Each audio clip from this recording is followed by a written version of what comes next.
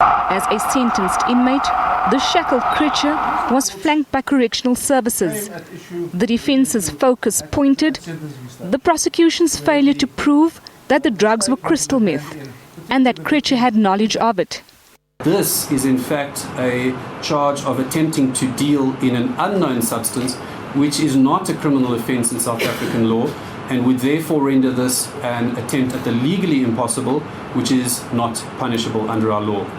A similar argument levelled by accused two's legal counsel. The state didn't present any expert evidence as to street value, what the appearance is under normal circumstances, how it's distinguished from other similar substances. These people were dealers.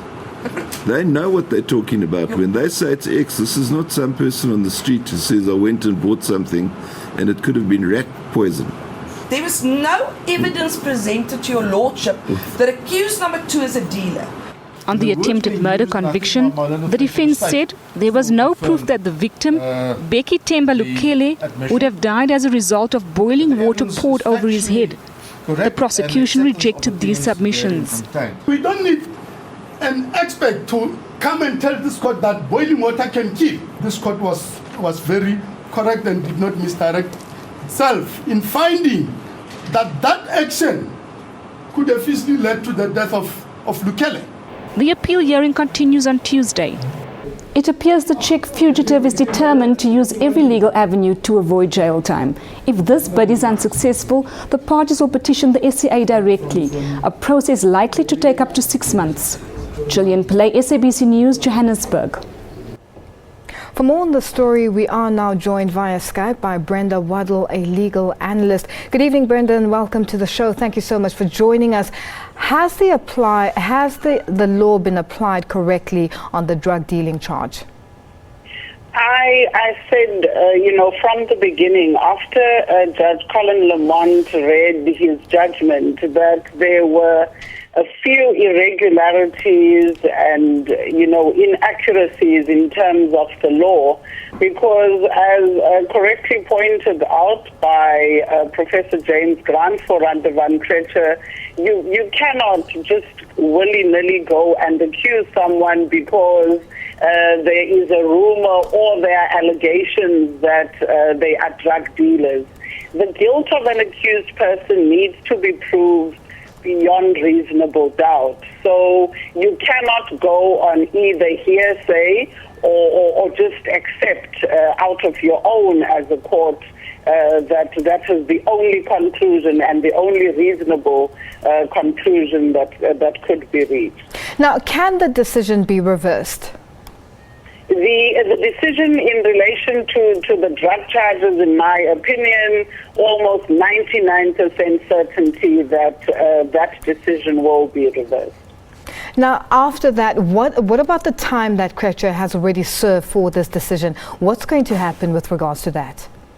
Remember that Krejcir, that is not the only count. So what happens if there are sentences, for example, 3 sentences running concurrently, and the conviction on one of the counts is set aside, there are still the other counts to be taken into consideration, like the kidnapping, etc. So obviously the Supreme Court of Appeal is usually reluctant. In fact, the case law provides for that they would have to send the accused back to the sentencing court, who will be Judge Colin Lamont, for him to impose a sentence afresh, should they set aside the finding of guilty on that charge of dealing in prohibited and dependence-producing substances.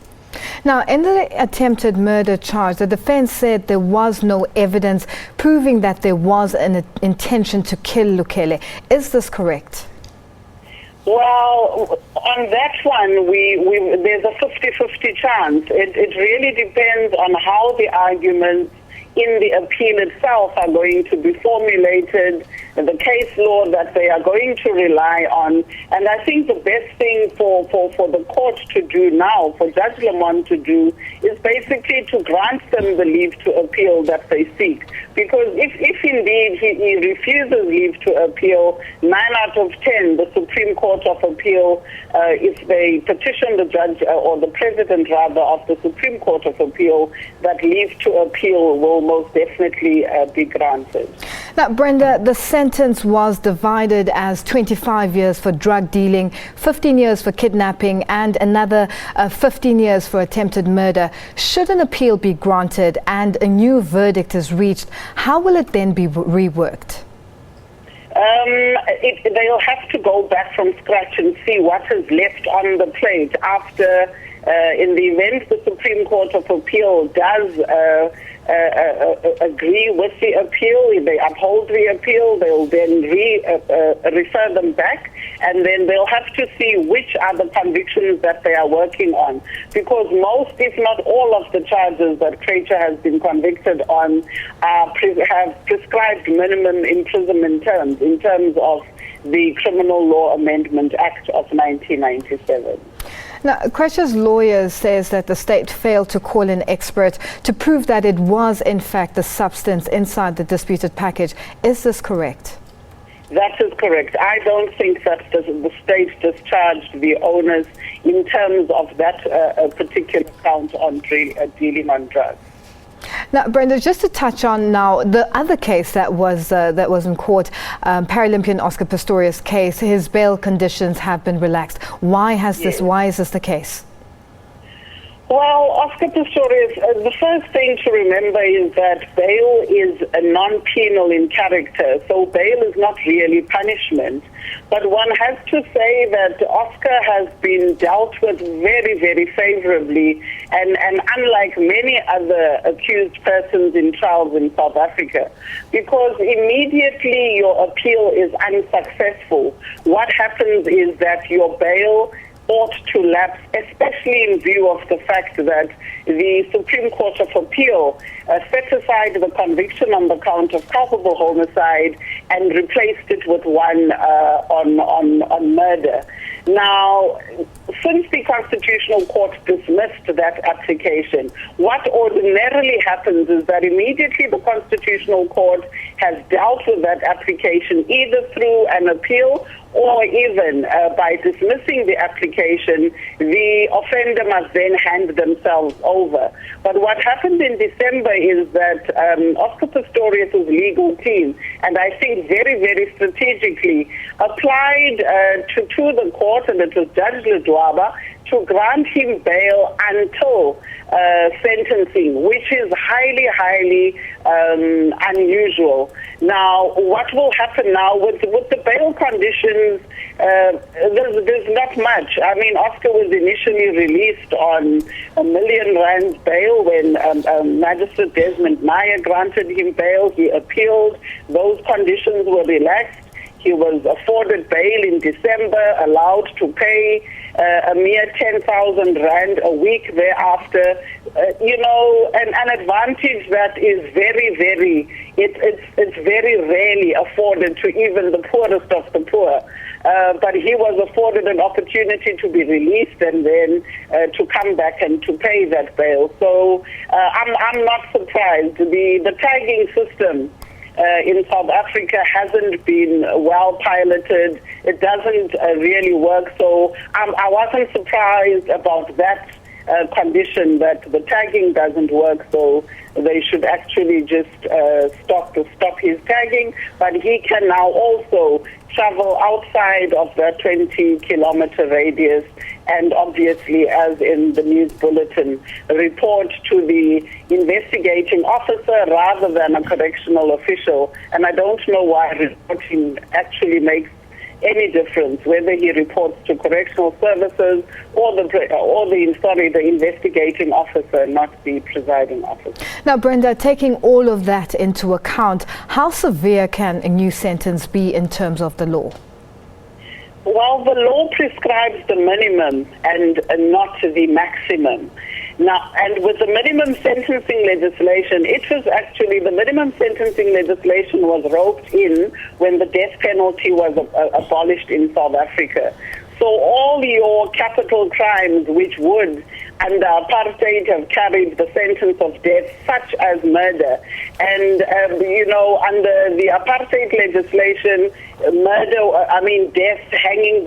death by hanging was the automatic sentence, unless there was mercy or free pardon. But it will be 15 years, less the time that he has served. Time that he is out on bail in terms of Section 321 is not tallied as time served, so it will be the time that he served in prison, which was about a year, and the time that he was placed out under correctional supervision right up until he was granted bail in December. And I suspect that we're looking at anything around 12 years. Obviously, his defense team are said to be wanting a non-custodial sentence. I don't even think that is possible unless Judge Masipa would want states to appeal the sentence. Now, Brenda, finally, looking at both cases, what does this say about South Africa's law system? Well, it would appear to be that there are different sets of rules, and that judicial error is something that we have to learn to live with. They make these errors. Fortunately, our court system is hierarchical, meaning that there are other courts which can then go and revisit those decisions. And hence, at the time when the criticisms were leveled at Judge Masipa's person, I said this is not the first or the last presiding officer to have erred. And shortly thereafter, Justice Colin Lamont, perhaps to a lesser extent, committed the same kind of grave error. But in South Africa, it does appear as though those who do have the financial resources are treated better than those who don't. If you look at Desai Lupondo, immediately he was convicted, his bail was cancelled and he awaited his sentence within prison. And that didn't happen in Oscar's case. So we are all equal but unequal at the same time. Brenda, we have to leave it there for now. Thank you so much for joining us. That was Brenda Wardle, a legal analyst, joining us via Skype.